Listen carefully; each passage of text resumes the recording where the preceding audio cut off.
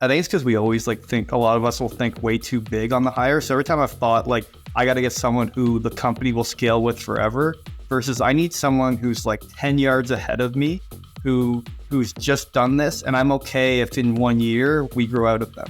That's fine because they're going to get the job done now. They're going to do their tour of duty. And I see potential for them to scale. They never have, but they'll be there. When you start trying to get someone who's 100 yards ahead of you, that's when it just falls flat on its face, because to your point, they come with a perspective of what they've done and are not able to evolve to the scale and size and where you're at today.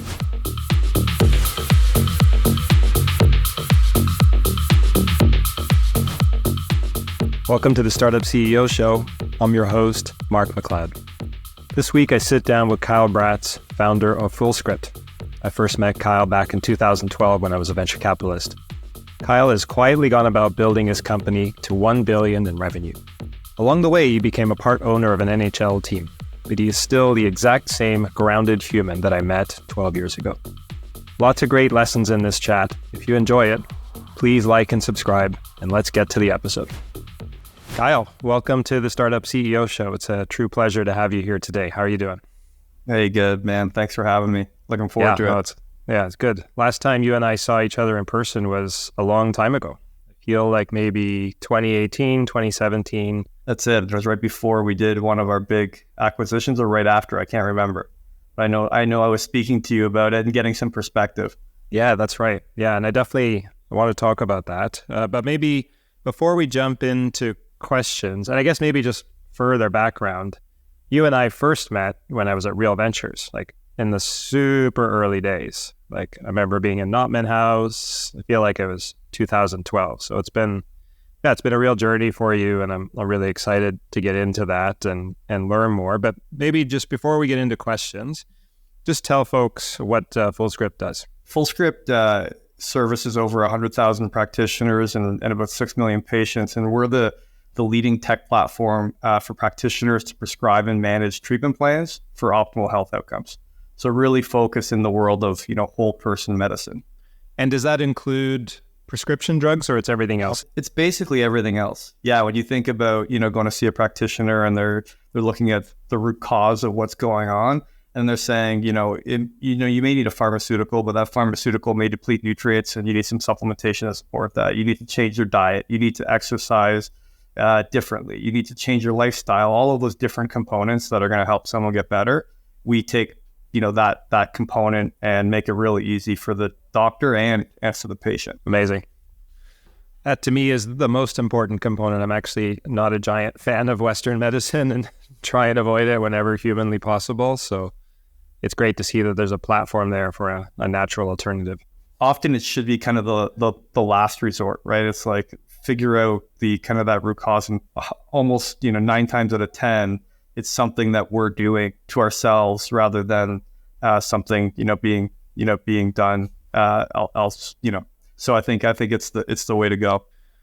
So as I mentioned, you and I first met very early in my days as a VC, and ironically, you actually skipped venture capital. So and I think lots of folks who are starting companies just assume by default, I need to raise capital, I need to raise venture. I think venture takes up a disproportionate amount of oxygen in our headspace for us because we just think that's the thing, and you skipped it. So yeah, talk to us about that. That's right. I think when I first started the company, kind of the allure of venture was there, right? You watch This Week in Startups and you're like, okay, that's what you got to do. And then when we identified the opportunity, so if I back up and describe the opportunity that we identified and the problem in the market, it'll kind of and then how we went about trying to solve it. I think it'll frame up why VC didn't work for us. So back in 2012, seeing the tailwinds behind whole person medicine, right? What I described to me as an entrepreneur made logical sense. This is the way healthcare should be delivered. Whole person medicine should simply be medicine. That's the future that we see. In 2012, I don't know if that future was, seen by everyone else, but the problems that we identified was that whole person medicine, there was literally no infrastructure to support it.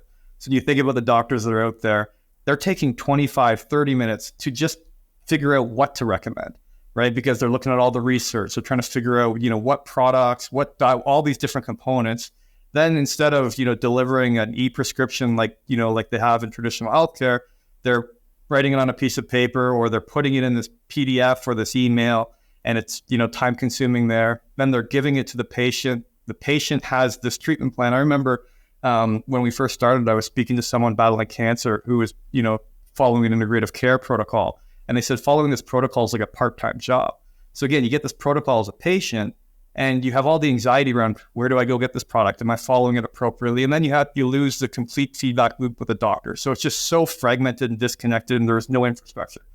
So we said, okay, like we can solve this problem. And we looked at solving that problem. There's kind of two paths we could have taken. One is do everything. So, really be the Fullscript on day one, which I think might have been a little bit more enticing to VC. But for us, it was like, no, there's one core problem that is really a large problem for these practices. Let's focus on solving that really, really well and gain market share and then, have the right to basically go into these other adjacencies. If I remember correctly, sorry to interrupt, were you at a dispensary on day one? Like I seem to remember that was the thing. Yeah, I think on day one, we basically tried to copy, we just basically built Shopify with the backend distribution built in, and realize that actually practitioners don't want an e-commerce store where they're, have their own brand, their own payment processor. We didn't listen to our customers at all. And that was kind of the identification of they need a clinical tool. And so we actually rebuilt the software from the ground up. But I think being really kind of verticalized in this like market of practitioners and, within, being a clinical tool for supplements and nutraceuticals and professional grade supplements, I think from a VC lens, the TAM story just was really hard to resonate. And every time I said it, it almost felt like I know there's going to be a lot of friction here. And so as I started to feel that friction, I'm like, this just isn't going to work and I'm going to be wasting cycles. And I think the other thing that we identified is the market we were entering was so niche and so unsophisticated when it came to technology and building great user experience that unsexiness of it all was like, I feel like we can do this in an extremely capital efficient way in order to get market leadership, right? Like this focus on really, really good product and really, really good customer support that no one else has in this market because there's really no leader. We can be the market maker with very little capital, especially with the co-founders I had. We were the kind of the trifecta of myself, a front-end developer and a back-end developer. We could get to market really quick. We could, be in revenue on day one. So that was the approach. And we just realized VC wasn't right for us. So the other side is, before I started Fullscript, I started an animated video company.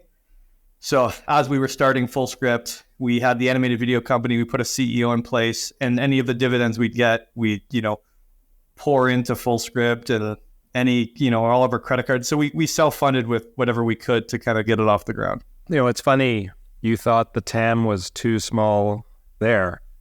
That's actually the number one reason why people were rejecting Shopify back in the Series A, is everyone thought that the TAM was too small. Right. Well, that was wrong. Yeah, exactly. Well, yeah, 100%. Yeah, especially when they're over like millions and millions of merchants now and powering commerce around the world. We do have a similar story, right? When you think about Shopify, like they're there to empower merchants to, build great companies and sell product. That's for us. Like we're empowering, the best practitioners in the world to deliver the best care in the world. So it's a very similar B2B to C model. So even though I've known you for a long time, I decided to throw you into the Google last night and came up with an article written when you won CEO of the Year in Ottawa, I think in 2022. And there was a quote in there that I'd love for you to expand on, where you said that this has been a transition from entrepreneur to entrepreneurial CEO, which is a very different role. And that completely resonated with me, but I would love it if you could speak to that. Yeah, I think when you're in the early days and you're an entrepreneur and you have no scar tissue, no experience, you're chasing every shiny object, you really don't have any operational rigor at all. It's all gut feel and intuition. As things evolve and the business changes and, leaders that you've had in certain positions, you start to grow out of them. And you have to get to this place where like you have to say bye to co-founders, or you have to realize at certain points of your business, an executive that got you from, or a leader that got you from 1 to 100 is not going to be the person that gets you from 100 to 500. And so it's just a different type of mindset that you have to move from like every day just blocking and tackling to really seeing how you're going to scale. But you never want to lose kind of that founder mentality, right? So I think that's actually what makes the entrepreneurial CEO a little bit special, is because, you know, you stay connected to the front lines. You're still in the details enough. You still use enough of that gut intuition and vision that, you know, most CEOs don't come with. I also think you don't have the ego, right? Like, I'm still an entrepreneur before I'm a CEO. So I'll always do what's best for the business. I you know, and even if the best for the business was me leaving the company, I'd be all up for that, because it's all about building something great at the end of the day as a builder and a founder. So I think that entrepreneurial CEO is a bit of a competitive advantage as you learn kind of the scale and then the ability to scale and operate, compared to the early days where it is very erratic. There's still erratic stuff going on, and you want to keep a little bit of that, but not at the same, you know, level where every day you're wondering if you're going to make it or not. Well, you know, it's no shock that the biggest outcomes tend to be founder-led start to finish, right? There is a special magic there. And right. I posted, I feel like it was on Twitter or something, kind of recapping Fred Wilson from Union Square Ventures' definition of the CEO role. This is like from way, way back, where he says like 3 things, basically, you know, communication, building the right team, and never running out of money. And I kind of talk to my CEO clients about that all the time, trying to get them to raise altitude. And Toby actually weighed in, and he said, yes, but you still have to go deep into the weeds all the time, which completely reinforces what you're saying, right? You know, just that, like, which a professional CEO might not do. And it's trial and error. Like, you kind of learn, right? At first, when I started scaling and bringing, you know, leaders in who've scaled before, or kind of the right next person to bring in, a lot of my expectation was, okay, I should step back, I should get out of their way. And you kind of like, you know, there's this pendulum of moving back and forth until you get into the center and you know exactly when to do that and when not to. But it takes some trial and error, like anything. I see that a lot, right? You hire someone from the big company, and a lot of CEOs, you know, you're going to hire someone who's better than you in that function, and then you have this natural tendency to defer to that person. But they've never operated in your company today. They don't have your context. I don't know. I've got a pretty spotty track record with people who come from like big public companies, because their definition of execution is different. It's not, I'm going to put my arms in the pile of shit. I'm going to hire a bunch of people to put their arms in the pile of shit, and I'll manage, you know, I'll oversee them. But like, very different definitions. Yeah. I think it's because we always like think, a lot of us will think way too big on the hire. So every time I've thought like, I got to get someone who the company will scale with forever, versus I need someone who's like 10 yards ahead of me, who's just done this. And I'm okay if in 1 year we grow out of them. That's fine, because they're going to get the job done now. They're going to do their tour of duty, and I see potential for them to scale. They never have, but they'll be there. When you start trying to get someone who's 100 yards ahead of you, that's when it just falls flat on its face, because to your point, they come with a perspective of what they've done, and they're not able to evolve to the scale and size and where you're at today, often, at least. So have you gone through many iterations of your leadership team? Yeah, I mean, I think along the road here, it's almost like we've done a couple big acquisitions, which naturally creates, you know, and then they were like, you know, almost every time we did them, they were ones where you're transforming the company, because you're bringing 2 companies together that are almost the same size, and there's 2 leadership teams. And so when you go from, call it a $300 million company to a $600 million company, instantly you've outgrown some people, and you got to think about, okay, what's that next type of leader you need? So I think throughout that time, I would say that's actually one of the things that has been the biggest driver of success, is knowing, and the way we do it at Fullscript is like, it's not like, hey, your time is done, see you later. It's like, we celebrate those individuals, and people know they're coming in for that tour duty, and they know when they've gotten to a point where like, I don't scale, but you know, they're owners of this business. They built it for the last 2 years to where it is, couldn't get, you know, here without them. And that message is really clear, and they participate on all the value we're going to create in the future. So if you bring people in who don't have egos, and who know that like what we're trying to do is something great, and they realize that like passing the torch is the right thing to do, it's actually not as hard as you'd like. I mean, the early days was a lot harder because there was so much emotion, when you're in the trenches with your best people, like literally tears are flowing at certain situations that you've had, and then you have to say goodbye. Like that's really hard. But as you start to scale and you set those expectations of that's what, what Fullscript's all about, and you do have to grow faster than the company. And if you don't, but you've contributed, like you'll always be an owner here. You'll always, benefit from everything we're creating here, and you'll always be a Fullscripter is the mindset we have. What have you done to grow faster than your business? Yeah, I mean, I think the first deal we did was I was still kind of that really, I wouldn't call it arrogant because I've never had like a big ego, but I still like this really scrappy startup entrepreneur. We do this merger. We've got 2 different executive teams. I get in the boardroom and I would be so abrasive and so like, this is the right way, and so direct to a point of like, I was getting nowhere. I started working with a coach who was very, he was more focused on just the psychology of everything. And it was so basic and so common sense the things he would talk to me about and help me through that he really helped me go, he was probably one of the big kind of keys of going from like that entrepreneur to entrepreneurial Amazing. CEO. It's just saying like, look, you don't need to win that way. You can actually get everyone bought in by being a little bit calmer, understanding, having a little bit more empathy.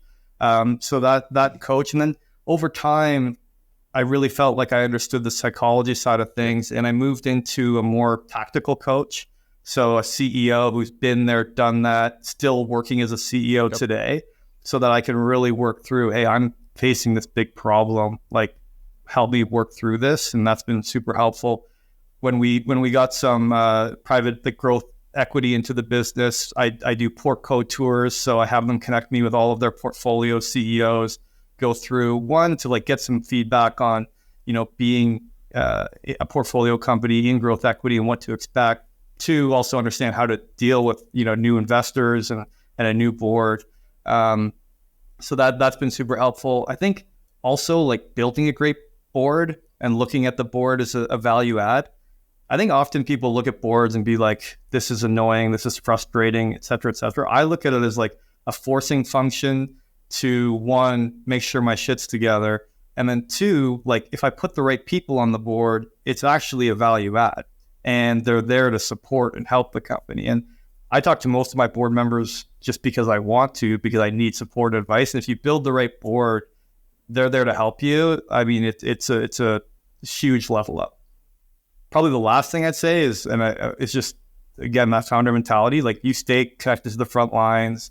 If you're spending time with every teammate at every different level, if you're doing skip levels as far as you can, imagine, you're going to continue to evolve because you see the things in your business that, most people don't see when they lead from the ivory tower. I love that. Especially your comments around the board, right? Because for most people, they dread their board meetings. It's a thing they have to just deal with. Whereas Jeff Lawson, unfortunately, recently ousted from Twilio, he refers to his board as like his second team, right? I've got my management team, exactly. And then I've got my board. That's my second team. And that's what you want, right? Yep. 100%. So there's a few things that you've done that are not out of central casting, right? One is you skipped VC. Second is you went more the private equity route. And then you've done what are ostensibly mergers, it sounds like, even though there was sort of one acquirer at the end of the day, which was you. So maybe, and there's lots that is written about VC, but I think private equity is a bit more opaque for folks. So maybe tell us about that journey and what it's been like for you to have that relationship. The background, we bootstrapped our company to, a $50 million revenue company. And again, like the principles were B2B2C, be really good at product, be really good at customer support. The business model is, get as many practitioners onto the platform as possible, build a tool or a clinical tool that they want to use with every single one of their patients and keep their patients adherent. It's a pretty simple model, and it kind of compounds on itself over time. We were the software layer, the customer layer, and the user experience layer. But as part of our model, when a practitioner prescribes certain products, the patient gets them delivered to their door. And what we did is we partnered with, professional grade nutraceutical and supplement distributors to make sure that we could drop ship these products to the door. So the first kind of deal we did was very focused on, really looking in at, okay, the economic model doesn't make sense. Like we can't build a good economic model if we don't, own a little bit more of the experience. But most importantly for us, it was like when we were losing touch with that user experience, a lot of like, we wanted to own the customer experience from end to end. Like we had to in order to create a really good business, especially in B2B2C, because you lose one patient, you run the risk of losing the entire practitioner if you create a bad patient experience. So we ended up doing this transaction before we even did any kind of growth equity, and brought these two companies together, both the same size with completely different profiles. So we're this high growth, 1,000% year-over-year growth, and then there's, or 100% year-over-year growth at that time, and another one that was more of a distributor running, very, growth slowly but good margins. Brought those two companies together, and then we ended up doing a Series B with a growth equity company, Kane. Okay. And I think for me, I think they operate much like a VC in some ways, but what they brought to the table was, look, we just want it 3 times our money. The expectation is not to shoot for the fences and potentially risk everything you've worked your ass off for the last, 8 years, right? Like I've been working my ass off for 8 years. I had, at some points, $50,000 in credit card debt, mortgage payments missed to get this thing to where it was. You bring a VC in and potentially they want you to 10 times, 15 times and make risks that I just wouldn't have been prepared to make because everything was in this business. And quite frankly, I don't think it would have been right. So Kane came in, great partner, but I think they operated very similar to a VC. They're on the board. I can text Leon, the partner over there whenever I want, and, help me think through how we get to the next level. From there, what happened was we still had kind of the multi-pronged leadership from the two companies, and it just wasn't really working effectively. And I think I had a different vision for the business than the other CEO. Were you co-CEOs? And so we just... Sorry to interrupt. Basically, he was the CEO, I was the president. I was running all the commercial product engineering, and he was running all the stuff that he'd run before and the operations and stuff that I didn't love doing at the time. And it was definitely not the perfect situation. It got us to where we needed to get to. So we decided to, run a process with an investment banker. And, I think part of it is obviously too, I shouldn't leave this out, is we've been a profitable business for a long time. Sorry, profit? Like when we decided to build this profit? I don't know. Yeah. Foreign language? Yeah. It's funny because, part of it was like you almost couldn't help but be profitable. Again, like being such a capital efficient business in a market that we could penetrate so quickly without spending a lot of dollars. It allowed us to just focus on that, and it was very natural. I think we invested a lot more than other people in our industry. Again, like that niche market and unsophisticated market in this type of user experience was like really allowed us to do that. So, being profitable was almost like it's sexy now. We were doing it before it was sexy. And private equity demands it. And so, we took we went with an investment banker who didn't think we could get the multiple, we ended up getting, but I was selling the vision of like, what we were going to be building. We went through a process, which is super interesting. And there was one group that kind of positioned themselves as the nice guys of private equity. And at Fullscript, we always talk about, kindness being a competitive advantage. And like, to me, kindness isn't being nice to everyone. It's like you be direct, but that's actually going to help. That's actually a kind thing to do to a lot of people. But anyways, I'm digressing. They position themselves that way. And so throughout the process, they actually didn't have the highest bid at the end of the day, but I really connected with them. They were the right partner, and they were going to recap the business and allow us to kind of move with a new executive team and a new vision for the business. And they actually came exactly as advertised. Like they underwrote the thesis, they underwrote the management team, and they truly are like our partners. So I don't think they're traditional private equity. Like when you think of private equity, the stories you hear, and I've spoken to a lot of, poor co-CEOs, it can be hell because they're, they can control a lot of decisions that you make. Ours are completely different. They're hands-on as we want them to be. They know the business inside and out, but they're not, the traditional private equity where they're just tipping the scale to where you got to go. They're really a partner, which is great. That's amazing. First of all, congrats on the profitable growth. That's awesome and rare. Well, Mark, one thing I should add on with private equity too is, they are very focused on, okay, how do you create enterprise value? Maybe more like not just from growth. Growth's important, right? We're still growing 20% year on year. But how do you actually grow it through M&A and through different things that, are not so natural for someone like myself. And when they came in, that was actually the first thing we did is we acquired, our biggest competitor, which is also a very similar company to our first, merger. But the thesis was completely different. It was like, let's bring these two companies together. Let's get market leadership on day one. And let's, realize all of the synergies associated with those and accelerate our profitability, which allows us to now invest in the future. And it's kind of like the perfect timing because, we're cash flow generating, every single quarter, profitable, and we're able to invest in a time where with generative AI and what we're doing today, it kind of gives us that license to now enter all those adjacencies that I spoke about at the start of the story.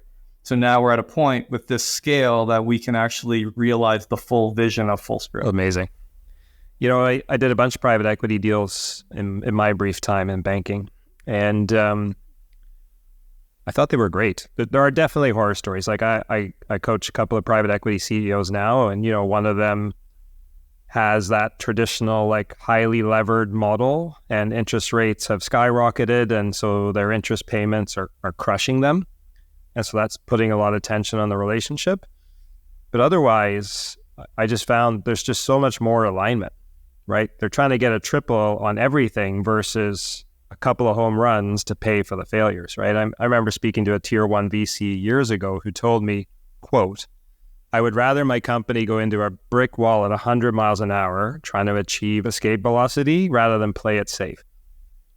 That was great for the VC with a portfolio and multiple funds and billions under management. It's pretty horrible for the CEO. So no, there's no founder alignment or CEO alignment on those things, right? And they sell. You can sell the bill of goods and get everyone excited about it, but then when shit hits the wall and you're sitting there with your life's work about to crumble because of a decision that you could have played it safe and built a really great business that you would have been so proud of, it's kind of sad.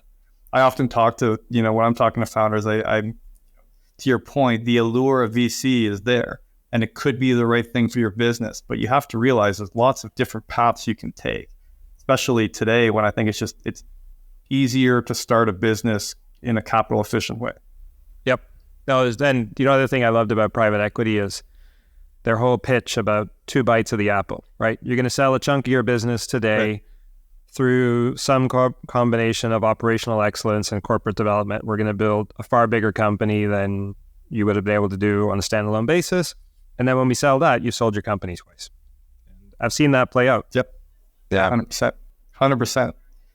Yeah. There's if you deliver and there's a path to keep going, you can continue to re-up and sell the company twice, 3 times if you have it in you.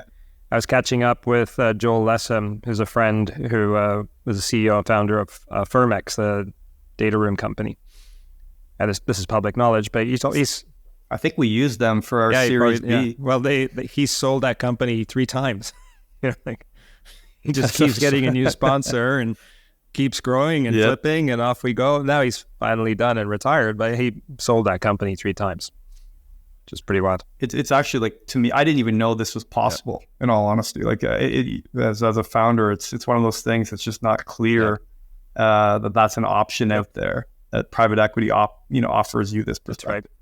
Right. The other reality though is some founders just aren't built for private equity either, right? Like some founders are built to get it to a certain stage and pass it on to a CEO to take it to the next level. So everyone's a little bit different. Yeah, that is 100% true. So last night I was searching on Google, and I also went on to Instagram, and I noticed a really interesting thing, which is like, I don't know, maybe 25% of the photos on your profile have you in them. And I'm wondering if that is actually a metaphor for how you lead, like where it's less about you, because Fullscript's pretty under the radar, right? And yet you're a giant company. So I just, wondering what your reaction is to that. I mean, maybe not on purpose, but innately who I am is I lead by propping everyone else up, because that's just how I feel naturally. Like I enjoy, when I thought about the success of Fullscript, like what got me excited about building Fullscript was obviously helping a lot of people get better, making a difference and impact in the world where whole person is simply medicine. But a lot of it was also like imagining the day when we sell the company or we go IPO and there's 100 of my best friends, becoming multi-billionaires. Like that literally is what motivates me throughout the day. This journey right now, like I wouldn't do this journey right now if I wasn't doing it with people that I love being with every single day. I don't see, like, I'm lucky to be in the place I am where I can stand up and talk about how great the people are that work at Fullscript, how great, the team is. But it just feels really unnatural for myself. I've always just been, even when I played hockey, I was the grinder that, worked my ass off as hard as I can to help the goal scorers score goals or whatever else. I just never been the guy that wants the limelight, maybe not skilled enough to even have the limelight in a lot of ways. So, and I think a lot of it's just no ego. Like at Fullscript, we always talk about no ego. And I always looked at things like, what benefit does it get me to be in the limelight? What benefit does it get the company? It literally, I could never see the value for myself or the business. Now, as the business grows and we're at a place, we're talking to investment bankers again, just to say, hey, like this is Fullscript, we're out here. It's different now because we're a large business and no one knows about us. And so now it's like, hey, when I want to hire the best people, I want to make sure people know who Fullscript is. If I want to strike partnerships with the biggest companies in the world, they need to know who Fullscript is. So there's a bit of a different goal in mind right now. And so there will be a little bit more of me getting out there. But I also hired someone. It's funny, like I am nowhere near Toby, but when you look at the relationship that Toby and Harley have at Shopify, it's magic, right? And I think what drives me every day is like being in the trenches building. Like we're launching a new product in a few months and we're doing a sprint ad office every single day. And I'm here every day. And that's what gets me jazzed up and motivates me. And I think that's where I'm at my best. And quite frankly, the new CFO and head of strategy here, she's incredible. And she's a perfect external face. She's perfect at doing all of the stuff that I hate doing. So it's a real complementary relationship and we get along really well. So that's helpful as well. Amazing. So you have brought up a few themes that come up in my coaching conversations all the time. One is related to your value of no ego. When I think of the number one trait that I look for in CEOs to coach, it was also the number one thing that I looked for as an angel investor. It's self-awareness, right? Because that is the thing that enables you to actually grow faster than your business, right? If you believe your own hype, if you have ego, you're not open to feedback, you're not learning, you're just not reading the tea leaves. And so I deeply believe that not having an ego is actually key to going all the way. And I actually correlate self-awareness quite highly with introversion. I think you're definitely introverted. You brought up Toby. Toby is definitely introverted. I think it really helps, right? If you're that charismatic, broad-shouldered, swashbuckling rainmaker and you like walk into the room like, here I am, it might just go to your head, and then over time you don't go all the way, so. You believe it. Yeah, I always refer to myself as an introverted extrovert because if you're one of my best friends and I know you well, like I will open right up. But if I walk into a room full of people, I sit in the corner and hope to God I can see someone that I know so I can go latch on. That hasn't changed as the company has scaled. Not really. It's just like for some reason I haven't. I think I shouldn't say it hasn't changed. I mean, you start to learn a little bit, get some self-confidence and the ability to just strike up some conversation. But it's definitely an evolution. And I'm not going to be the person that walks into the room, to your point, has that charisma where everyone just gravitates towards you because you're there. Yeah. And then the other theme that you brought up, you didn't use this word, right? But when you talked about how complementary your new CFO is, it made me think about superpowers. And a big thing I like to do with my CEOs is, okay, what is your superpower? And then how do we design your role so that you're spending the maximum amount of time just doing the thing that is your superpower? And the thing that is your kryptonite, let's hire somebody for it. So I kind of love that you've done that. And I'm wondering, like, was that an explicit awareness on your part? Did you say, like, here's what I love doing, let me design my job around that? Yeah, I mean, it's probably here's what I love doing and what I'm good at. And then in order to be successful, like literally I need people to do all those other things where this company doesn't exist. And the things that I love doing, like I actually love building, like right now at Fullscript, I love building startups within big companies. And I actually think you can like startup size everything, like literally every initiative. We set up co-founders in place, and those co-founders hit in certain inflection points, and there's new co-founders, right? So you start to think about like building a new product. Well, the co-founders that need to get it to the next stage are a product designer, a front-end developer, and a back-end engineer. Those are going to be your co-founders. They're going to get it to a certain inflection point. And the reason you need to do that is because as you get really big as a company, you get this like hamster wheel of decision death, where it's like, hey, I got this idea, and then I got to run it by the VP, and then they run it by another VP and another VP and another director, and then this bold idea turns into this very diluted, simple, safe path. So we started saying like, well, what we need to do is look at like, where do we need to get to in the next 3 months? Put a team of people who you trust to go make those decisions and make bold decisions without the dilution. And then when you get there, who are the next co-founders? So maybe the next co-founders are a product marketer and a salesperson. So you got to go find product market fit with this. So you can start to build a lot of this muscle memory into even large organizations. And that's kind of what I just love being a part of that. And then to your point, like where are all the things that I suck at? Well, mostly everything else.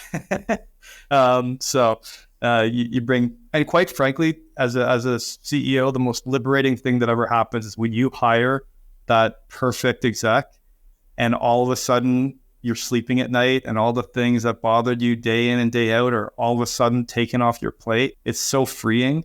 And once you've experienced it once, then you have the muscle memory to just keep doing it. And as soon as you feel something uncomfortable, obviously you don't want to add overhead to the business, but you start to find ways around how do I outsource this to the right person who's going to take it to where it needs to go. That's your leverage, right? You go from, in the beginning, right, when there's just the three of you, you do anything that needs to be done. But then over time, you succeed through others. And so, yeah, that leadership team is your leverage.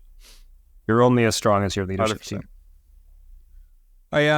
Maybe let's switch gears and go back to the acquisition again. Very often, the most natural buyer for a company is someone who might be competitive in some way. And so there's like this trust barrier to get through. Like, how do I open the kimono? And you literally merged with direct competitors. So like, how did you get past that? How did you get through the mutual level of trust to actually consummate a deal? I haven't thought about that a whole lot. I think it comes down to authenticity and like really, I'm transparent and authentic by nature. It just is, I can't help myself. And I think it helps people kind of unguard themselves when you can describe your flaws and your warts and all the things that you see as wrong, all the things that are great about them, all the things you think. You can just kind of create this connection by being authentic and open. And I think that's who I am naturally. So, and I don't try to pretend I'm something that I'm not. So I think just that kind of relationship at the top was key, right? Both times we did this, the CEO, myself and the other CEO, we were able to create that relationship where we trusted each other first. And then as soon as you do that and you can tell that, there is authenticness on both sides and you're happy breaking bread with them, and it even gets down to like knowing who they are as a human, like their family, all these different things really matter to then break down into the, making sure the business was comfortable. So, thinking about it, I would say that's probably the most important thing, is just really creating that relationship at the top. And those are relationships I'd nurtured for some time. They weren't, ones where we're just randomly, hey, we're going to get together and do this, right? Because I don't think it would have worked that way. They got to see me as a competitor and how I operated and the respect we had for each other, and no burned bridges. I think that's another thing that entrepreneurs forget. Like, you can get angry and you can, do things that because at the moment, you feel slighted. But sometimes when you burn those bridges, it can come back to haunt you, versus like understanding that maybe a decision that was made that slighted you is actually just a business decision. And if you have empathy and you put yourself in that CEO's position, you're like, I probably would have made that same call. So it hurts, but it was the right call for them and for their business. So, don't spite them, just respect them and then move on. So I think keeping those relationships strong, regardless of how things go in a competitive, situation is really important. I feel like that goes back to your value of no ego. It's really easy to get slighted when you have a big ego. Yeah, exactly. It's like put yourself in someone's shoes, and would you make that call? Yes. So why are you blaming them for making that call? It's a pretty simple equation. You talked about going for 300 to 600 million as like a historical statement. And when I was reading about the CEO of the Year thing, that article referred to you as kind of approaching $1 billion.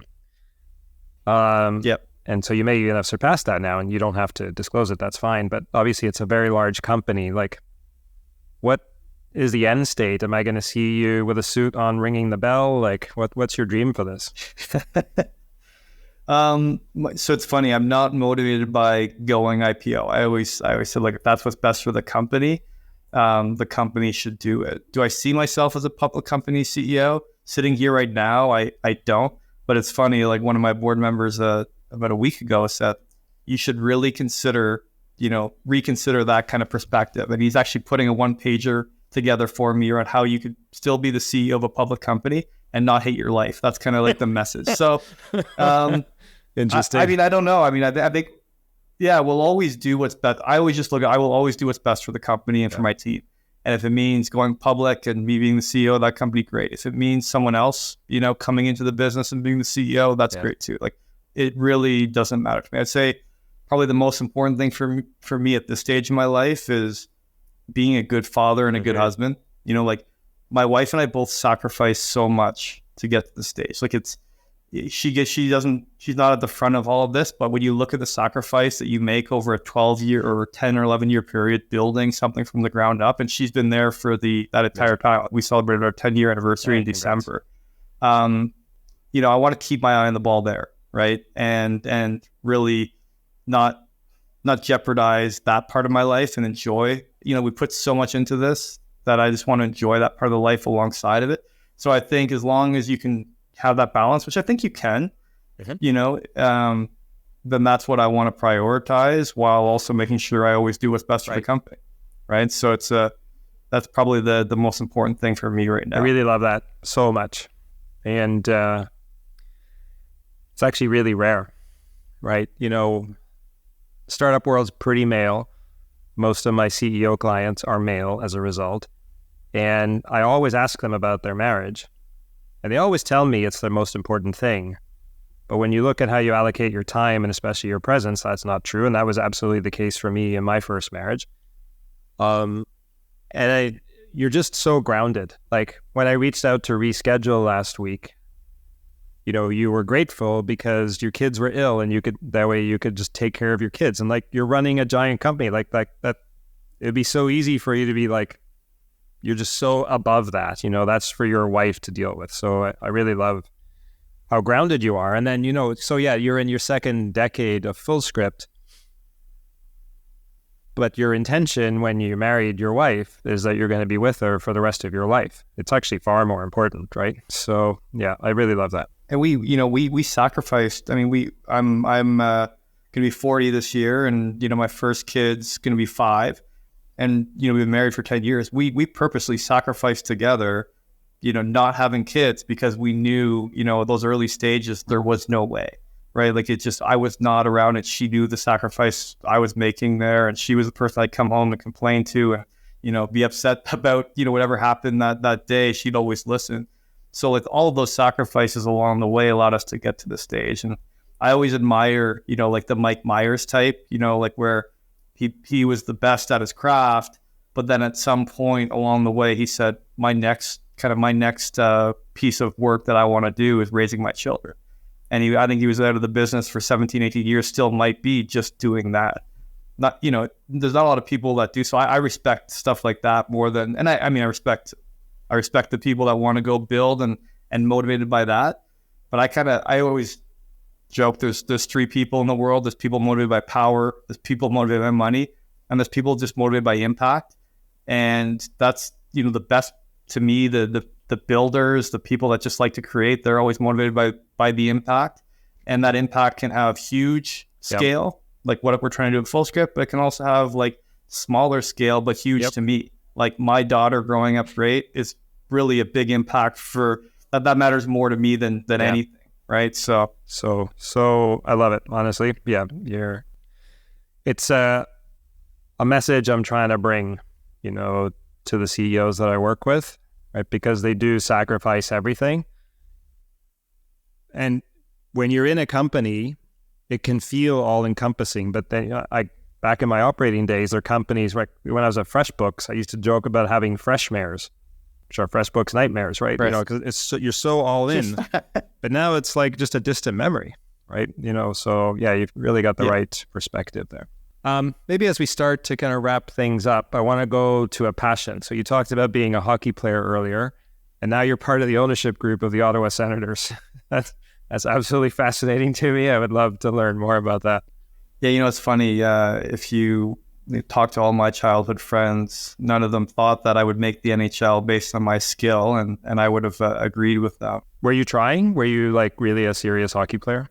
You know what? I played, competitive and some junior hockey, but I was never even close to good enough. And I never really had the perspective that I just love the game. And I love the camaraderie of it. And I love, a lot of different components of it, just the competitiveness of it. I say there is a lot of similarities to building a business around building a great team, like the competitive nature of wanting to win on a day-by-day basis, et cetera, et cetera. But ultimately for me, like the opportunities once in a lifetime. And when I heard the, Ottawa Senators were for sale, I actually messaged my buddy there, Harley Finkelstein.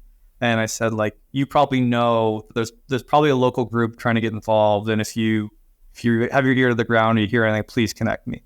And he instantly did. And I was lucky enough to kind of go on this ride where I was, aligned with a small group here in Ottawa, who got to see the whole process happen in real time. I remember going through this process, just being blown away because I'd run a couple processes now with, Fullscript, and this was like a whole new world. And it was just really interesting how my mindset of loving the game to as we were going through this process, when the draft was on or free agency came on, my passion level and my adrenaline around it all of a sudden went to a completely different place where I just loved it. And so I knew the deal was right for me. We ended up consummating in September. And it's funny, I almost dropped out a couple times, and my wife was the one who said, "You will regret this. You will regret this." And I would say the best thing about being involved right now in that ownership group is what it's done for my relationship with my wife. We live out in Arnprior. We're 25 to 45 minutes out of Ottawa, depending where you want to go. And so the idea of getting out with 3 kids under 5. So with the idea of getting out and doing things is really challenging, but this has been a forcing function to us having, call it 45 different date nights every single year. And she's gotten the same passion for the Ottawa Senators. There's the concerts. If she hated hockey, it's funny. She's the one slamming the table when they don't, when they get scored on. It's funny how she's also got that same sort of passion now. And we just love that part of it. And to me, this is an investment that will never, it made for my children. It's not a ROI from a monetary perspective for me.